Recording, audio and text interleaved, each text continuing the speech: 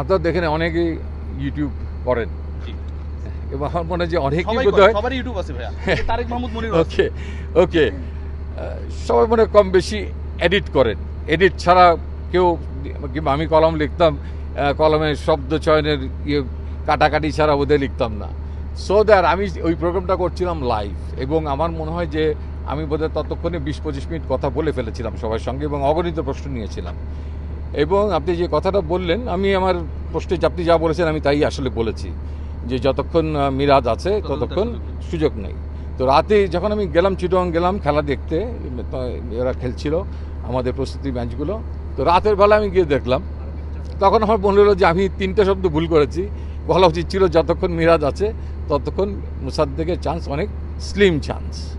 এই 3টা শব্দ চয়নে আমার ভুল হয়েছিল। তো আমি যদিও রিয়েলাইজ করেছি যে আমি বক্তব্যটা ঠিকভাবে উপস্থাপন করতে পারি নাই। দেন তারপরে 2 দিন পরেই দেখা হয়েছে আমার সঙ্গে এই মোসাদ্দেকের, and I said sorry too, যে এটা আসলে সব আই ডিডন্ট মিন ইট।